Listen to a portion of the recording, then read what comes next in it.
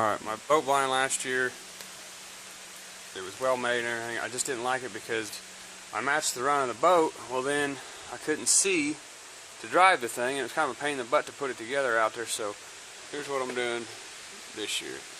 Now, I'm probably going to cut a lot more T's in. I put some T's back here, and I'm going to actually probably sand down these pieces here so that this T can swivel, and I'm going to make the top of this will hinge back and over so I can stand up back here and be able to stand up and drive the boat and see where I'm going. But I wanted to show this right here. So these T's, which I did something similar for the supports on the last one, I'm just notching them. I'm using that sonic cutting tool thing. What is it? Dremel velocity, something like that. Anyway, I'm taking that, cutting that thing right there, put it on this gun rail, and I got a little sledgehammer over there. You smack that thing down on there and it's going to stay. And I think what I'm going to end up doing is, once I get these on here, some of my old ones, which I cut a little wider, and they're loose. This one back here that I cut, I mean, you cannot pull that off.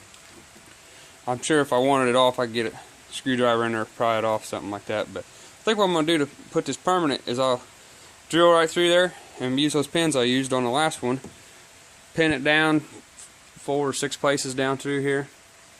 But this is going to be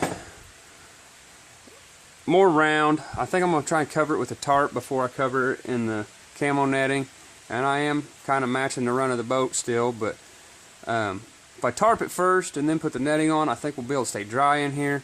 It's not too heavy. I mean, it's 3/4 PVC. I'm using 1-inch T's that snap onto the gun rail, and if you use a 3/4 bell, it'll slide right inside there.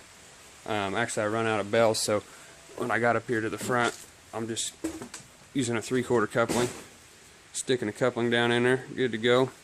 But it's going to end up, I'm going to call this my turtle shell blind. It's going to be a big half-round blind over the top.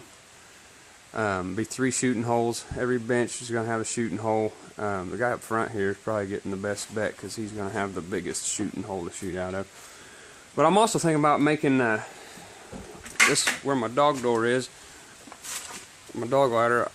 I put this T in way up here. I'm thinking about doing something similar where these shooting holes are, and putting T's in up here and making a panel that'll hinge up and down for when you're shooting.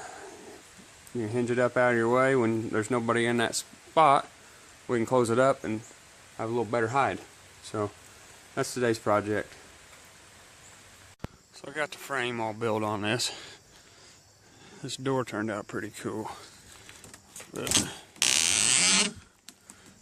I put one of the T's I cut in half on, so it'll kind of snap down onto this rail.